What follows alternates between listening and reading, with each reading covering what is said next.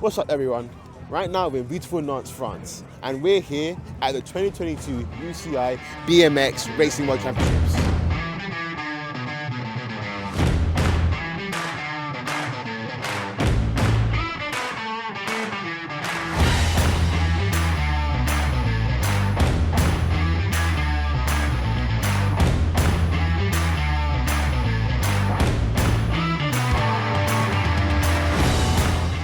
The way a BMX Championship week works is that the first couple of days are also challenge events, then on the weekend it's the elites.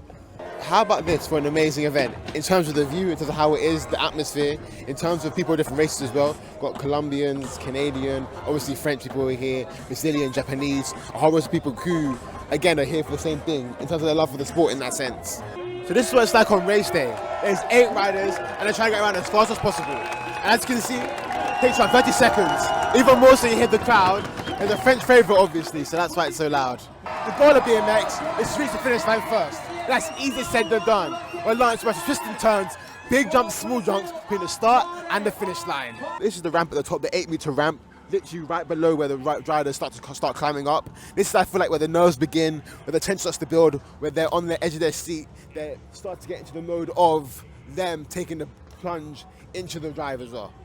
This is what it's all about. This is what each rider here today is trying to achieve and compete for, the rainbow jersey. This, in a sense, is the pinnacle and sort of the goal of every single rider trying to achieve and do great things in the sport. In terms of the power of the bike and that sort of saying of, what does that mean to you? The bike is what bonds everybody at this event. So when you get on that bike, especially in BMX, it's a very dangerous sport. So we all know at any point in time somebody can get hurt. And we all kind of look at each other and go, okay, he's doing the same thing I'm doing, she's doing the same thing I'm doing. That makes us all equal. These are world-class athletes, especially today with the pro races. And they're Olympians, they're like any other sport. You know, they train right, they eat right, they're committed 24/7 to the sport. So you're seeing the best of the best. And what these guys can do on a bike is truly amazing. Top-notch track, and we're looking forward to going to Glasgow next year. So we're here in the team area. This is where all the people who the drivers are based, the people working the company are based. Everyone's based around here. And I guess this is literally right next to where the rider raiders are. And so it's sort of a place where they can chill, relax, think about, and even have time to sort of train around the area as well.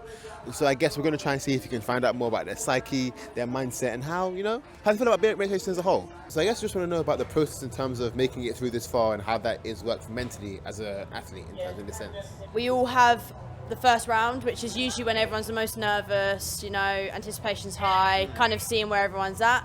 As soon as you're in to knockout rounds, you've got to get top 4 every time. So I think a track like this, newly built, it was fairly easy to adjust to.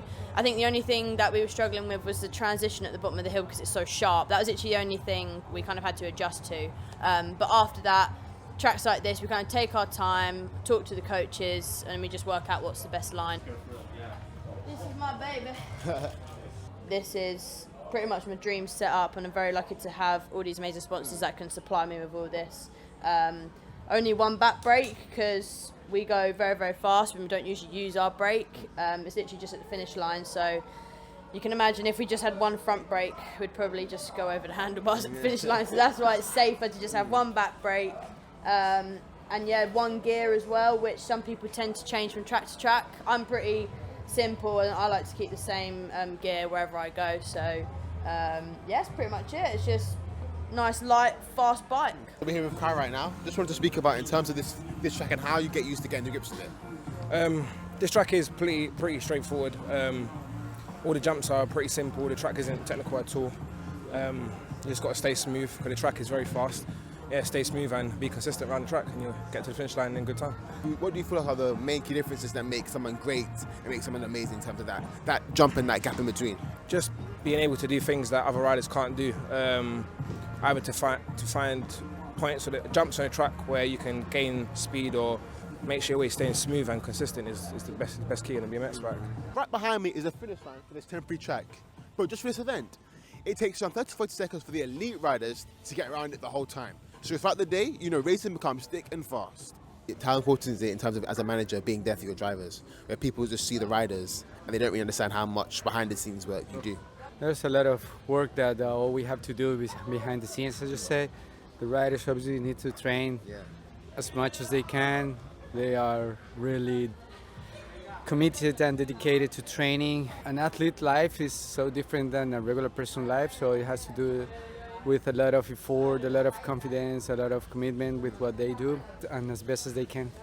Right now we're here with Alexis, who actually happens to be an actual racer here, even from a young age. So how would you explain how you got into BMX racing? There's a track across the road from my house and I was 5, and because my dad did like road cycling, I was really interested in riding bikes. And I did my first British Championships when I was 10. How would you describe BMX racing in just 3 words, 3 simple words?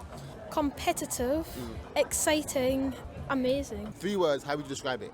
Exciting, fast, scary sometimes. Lovely. How do you feel about BMX? Ce que j'aime dans le BMX, c'est faire des magnoles, des sauts et de m'amuser sur les pistes. What's it like volunteering for this event? It's nice. We made friends. We didn't know each other before. Yeah. So yeah. In terms of, how much have you learned from knowing before BMX, before this and after that about BMX?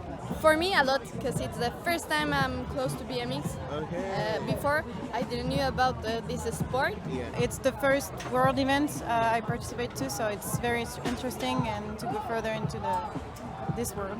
Have you done BMX before? No, I'm a novice. I've never even rolled You should try it. Just literally, just ask someone. Maybe someone who knows a bit more about it than you do. Just say, hey, can you just take me to a track?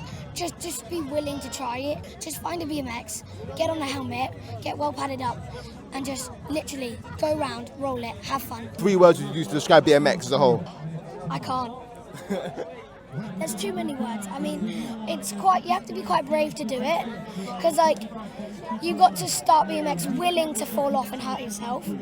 It's incredible. It's like the best feeling. See the way the car wraps up at the end as well. Crazy, absolutely crazy. There's a whole race, even without a hometown favourite, in terms of the magnitude of it, it's very, very high paced as well. Another nice thing about BMX, anytime someone's injured, they clap when they're going back up. All about, even though it's a competitive sport, they're all about empowering each other at the same time.